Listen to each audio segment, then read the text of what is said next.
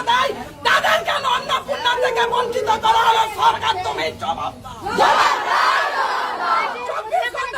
যে আসারা মানুষের পরিষেবা দেয় সমস্ত কিছু থেকে কেন তাদের বঞ্চিত করা হচ্ছে? নতুন সরকার জবাব দাও।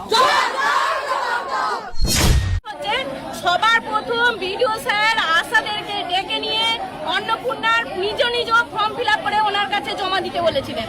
তাহলে সেই অন্নপূর্ণার টাকা আশারা কোনো কেউ 1 মাস পেয়েছে, কেউ 2 মাস পেয়েছে, আবার কেউ পায়নি, বঞ্চিত হয়েছে। আর 8 তারিখে মাননীয় মুখ্যমন্ত্রী ঘোষণা করে দিলেন যে আশারা এই সামান্য অন্নপূর্ণার টাকা পাবে না। কেন? আশারা কি অন্নপূর্ণা নয়? এখানে কেন এলাম বলতে, বিডিও সাহেব আমাদের গ্রামের অনেক পরিষেবার কাজমূলক যেটা পরিষেবা বিএমএইচের মাধ্যমে আমাদেরকে আয়ুষ্মানের কাজ দিয়েছিলেন, কিন্তু সেই কাজ আমরা যেহেতু মাননীয় মুখ্যমন্ত্রী বলেছিলেন যে আমরা নাকি হেলথের স্তম্ভ, আমরা নাকি সমস্ত পরিষেবা আমরা করলে তবে অপর মহলে যায়, সেহেতু মানবিকতার খাতিরে আমরা আয়ুষ্মানের কাজ করেছি।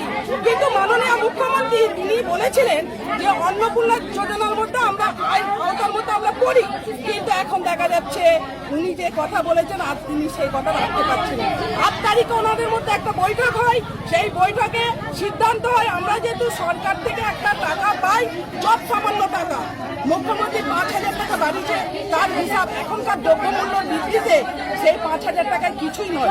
আমরা চাই, আমরা যেহেতু চুক্তিভিত্তিক কর্মচারী, আমরা সম কাজে সম মর্যাদা জানি। ওনারা বলছেন আমাদেরকে আমরা নাকি চুক্তিভিত্তিক হিসাবে নিয়োগ হয়েছি, আমাদেরকে সরকারি মর্যাদা দেবেন না, কিন্তু সমকোটের সম আইন হিসাবে 26,000 টাকা যে নিম্নতম বেতন সেইটা তো দিতে পারেন। 5,000 টাকা 17 বছর চাকরি করে একটা কাজের বাড়ির মেয়ে যদি 17 বছর কাজের বাড়িতে কাজ করে, সে 17,000 টাকা এমনিই পাবে, কিন্তু আমরা তাও পাই না। আমরা পাচ্ছি কত? 10+ পাচ্ছি। তাহলে এটা কেন হচ্ছে? অন্নপূর্ণা দেবে বলে কেন দেওয়া হচ্ছে না? কেআইসির কাজের বোঝা কেন চাপিয়ে দেওয়া হচ্ছে? কেন চাপিয়ে দেওয়া হচ্ছে কেআইসির বোঝা? আমরাকে এই তো আমরা দেখতে পাচ্ছি অন্নপূর্ণা যোজনা যে লিস্ট হয়েছে, তারপরে দেখছি বড় লোক গরিবের অনেক কিছু মানুষ আছে এখানে বিডিও সাহেবের কাছে এসে এখানে ঝামেলা করছে।